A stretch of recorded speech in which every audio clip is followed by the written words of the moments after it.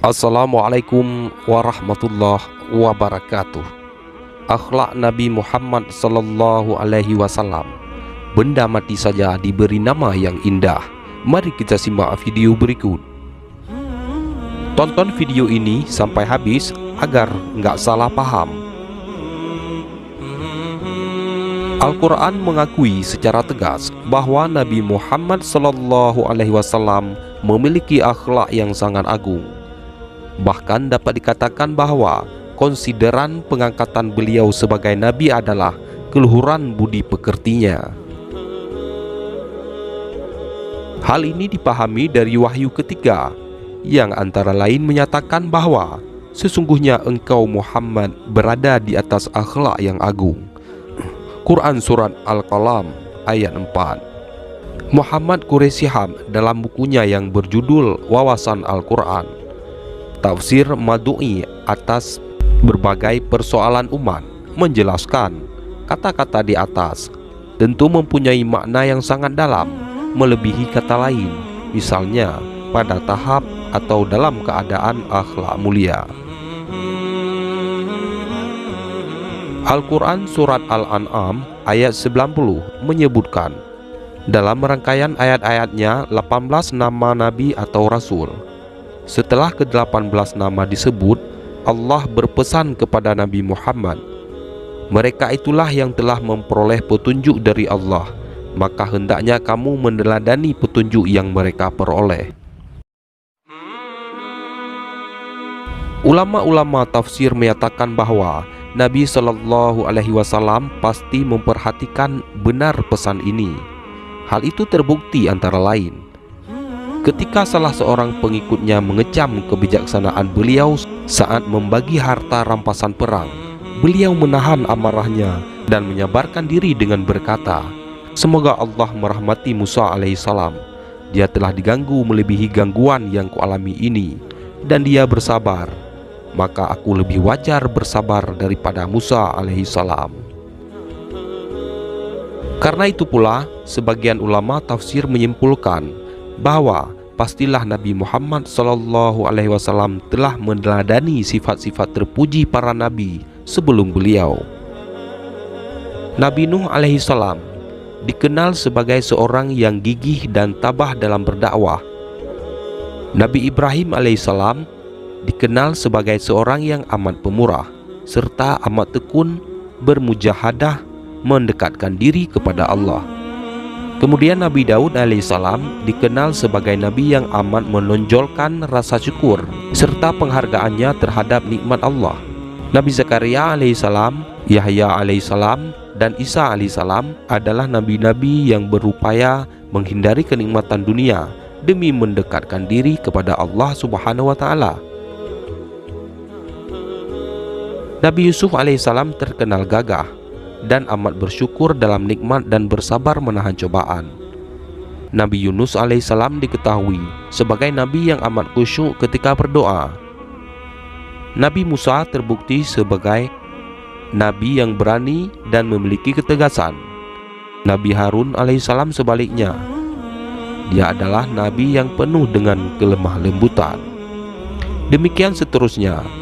Dan Nabi Muhammad sallallahu alaihi wasallam meneladani semua keistimewaan mereka itu, ujar Quraisy Shihab.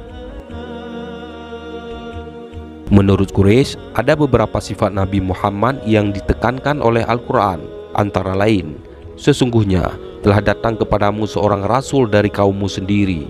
Berat terasa olehnya penderitaanmu umat manusia, serta sangat menginginkan kebaikan untuk kamu semua. Lagi amat tinggi belas kasihannya serta penyayang terhadap orang-orang mukmin. Quran Surat Al-Taubah ayat 128. Begitu besar perhatiannya kepada umat manusia sehingga hampir-hampir saja ia mencelakakan diri demi mengajak mereka beriman. Begitu luas rahmat dan kasih sayang yang dibawanya sehingga menyentuh manusia, binatang, tumbuh-tumbuhan, dan makhluk-makhluk tak bernyawa. Quraisy Shihab mengatakan sebelum Eropa memperkenalkan organisasi pencinta binatang, Nabi Muhammad SAW telah mengajarkan bertakwalah kepada Allah dan dalam perlakuanmu terhadap binatang-binatang, kendarailah dan makanlah dengan baik. Lalu Quraisy Shihab mencontohkan kisah seorang wanita terjerumus ke dalam neraka karena seekor kucing yang dikurungnya, dan juga kisah seorang wanita yang bergelimang dosa diampuni Tuhan karena memberi minum seekor anjing yang kehausan. Rahmat dan kasih sayang yang dicurahkannya sampai pula pada benda-benda tak bernyawa, yaitu susu, gelas, cermin, tikar, perisai, pedang, dan sebagainya. Semuanya beliau beri nama, seakan-akan benda-benda tak bernyawa itu mempunyai kepribadian yang membutuhkan uluran tangan, rahmat, kasih sayang, dan persahabatan. Bendera yang digunakan Nabi Muhammad SAW untuk berperang yang diberi nama Al-Uqab. Sementara untuk pedang, Nabi SAW memiliki beberapa pedang seperti Dzulfikar, Al-Mihzam yaitu pemenggal, Ar-Rusub yaitu tajam hingga bisa menembus daging, Al-Battar tajam, Al-Qal'i benteng, Al-Qadib pemenggal, Al-Adab tajam, dan Al-Hajj yang membuat binasa. Semuanya alat-alat perang Nabi Muhammad dinamai dengan nama-nama yang indah dan bermakna.